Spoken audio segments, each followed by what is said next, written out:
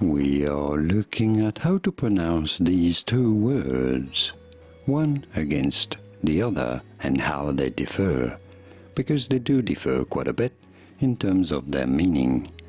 One is when you're drowning under water, the other is when you're drawing a picture, for example, on a piece of paper. So very different, you don't want to confuse them. So how do you go about pronouncing them? The one on the left, when you're drowning, is said as drown, drown, with a very open O sound, drown.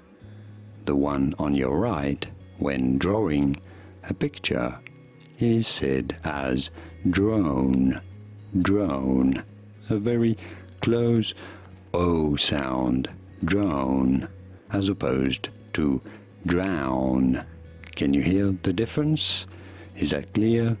Was this any helpful? Let me know in the comments. Here are more videos on how to pronounce more words in English whose pronunciations aren't exactly always obvious. I'll see you there to learn more.